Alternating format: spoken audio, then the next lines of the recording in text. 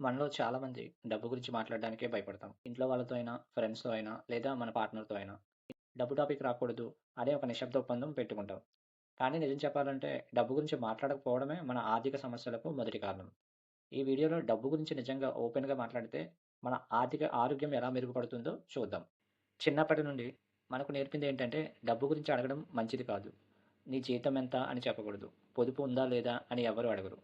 ఇలా డబ్బు గురించి మాట్లాడడం లేదా అడగడం తప్పు అన్న ఒక అపోహలో మనం పెరిగాం. కానీ దీనివల్ల ఏమవుతుంది? మన సమస్యలను మనలోనే దాచుకుంటున్నాం. అదే తప్పులను మళ్ళీ మళ్ళీ చేస్తున్నాం. అవి ఎందుకు జరుగుతున్నాయో ఎవరితోనూ పంచుకోవడం లేదు. ఒక చిన్న ఉదాహరణ చూద్దాం. మీరు ప్రతి నెల డబ్బు సేవ్ చేయలేకపోతున్నారు.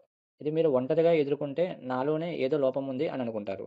కానీ అదే విషయం ఒక ఫ్రెండ్‌తో నిజంగా మాట్లాడితే వాళ్ళు ఇలా చెప్తారు. నాకు ఇదే సమస్య వచ్చింది. కానీ నేను ఇలా చేశాను. ఈ తప్పు నువ్వు చేయొద్దు. అంటే ఒక చిన్న సంభాషణ మీకొక షార్ట్‌కట్ ఇచ్చినట్టే. డబ్బు గురించి నిజంగా మాట్లాడాలి అంటే డబ్బు పెంచుకోవడం కాదు, తప్పులు తగ్గించుకోవడం. చాలా సంబంధాలు డబ్బు విషయానికే చెడిపోతాయి. భార్యాభర్త మధ్య అయినా, లేదా బిజినెస్ పార్ట్నర్ల మధ్య అయినా ఒకరు ఖర్చు పెడతారు, ఇంకొకరు మౌనంగా బాధపడతారు.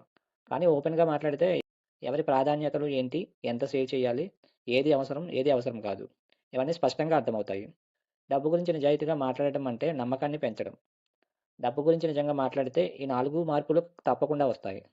స్ట్రెస్ తగ్గుతుంది. సమస్యను ఒంటరిగా మోసుకోవాల్సిన అవసరం ఉండదు. మంచి నిర్ణయాలు తీసుకుంటారు. ఇతరుల అనుభవాల నుంచి నేర్చుకుంటారు.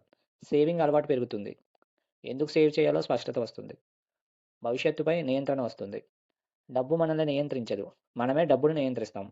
డబ్బు గురించి మాట్లాడటం ఎటువంటి తప్పు కాదు. అది బలహీనత కాదు. అది ఒక స్మార్ట్ నైపుణ్యం. ఈరోజు ఒక వ్యక్తితో అయినా నిజంగా డబ్బు గురించి మాట్లాడండి. మీ ఖర్చులు, మీ భయాలు, మీ లక్ష్యాలు. ఆ ఒక్క సంభాషణ మీ ఆర్థిక ఆరోగ్యాన్ని మార్చే మొదటి అడుగు కావచ్చు. సో, మాట్లాడండి. దాచకండి. మార్పు అక్కడి నుంచే మొదలవుతుంది.